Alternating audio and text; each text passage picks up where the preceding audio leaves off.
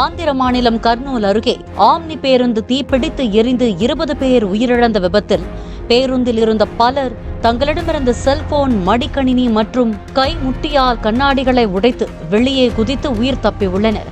தான் கண் விழித்தபோது பேருந்து முழுவதும் தீப்பிடித்து எரிந்து கொண்டிருந்ததாகவும் மூச்சுவிட முடியாமல் தவித்ததாகவும் நெலக்கூர்த்தி ரமேஷ் என்பவர் தெரிவித்தார்.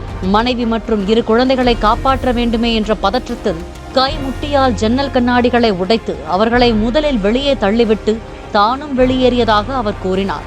ரமேஷை தொடர்ந்து வேறு சிலரும் ஜன்னல் வழியே வெளியேறி தீப்பிடித்து எரியும் பேருந்தை விட்டு வெகு தூரம் ஓடி தப்பித்துள்ளனர்.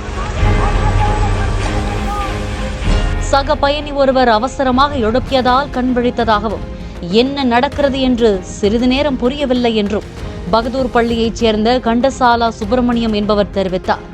எங்கும் கூச்சலும் அலறலும் நிலவியதாகவும் பையை எடுத்துக்கொண்டு முன்பக்க கதவு வழியாக வெளியேற முயன்றதாகவும் அது முடியாததால் யாரோ ஒருவர் மடிக்கணினியால் ஜன்னல் கண்ணாடியை உடைத்ததை பார்த்து அதன் வழியே தப்பித்ததாகவும் அவர் தெரிவித்தார்.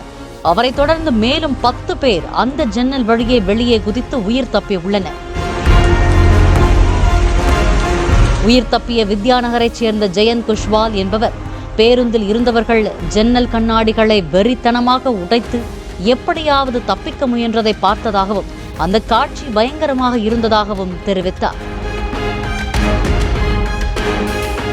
யோசிப்பதற்கு ஒரு நொடி கூட இல்லை என்றும் யாரோ ஒருவர் பின்பக்க அவசர கதவை உடைத்ததை பார்த்து அதன் வழியே தப்பியதாக கால் எலும்பு முறிந்த ஹயாத் நகரைச் சேர்ந்த நவீன்குமார் தெரிவித்தார்.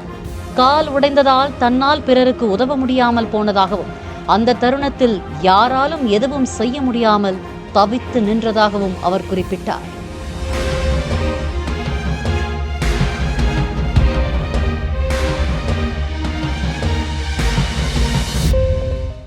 பிளே ஸ்டோர் மற்றும் ஆப் ஸ்டோரில் இருந்து பாலிமர் செயலியை QR கோடு மூலம் பதிவிறக்கம் செய்யுங்கள். செய்திகளை உடனுக்குடன் பெறுங்கள்.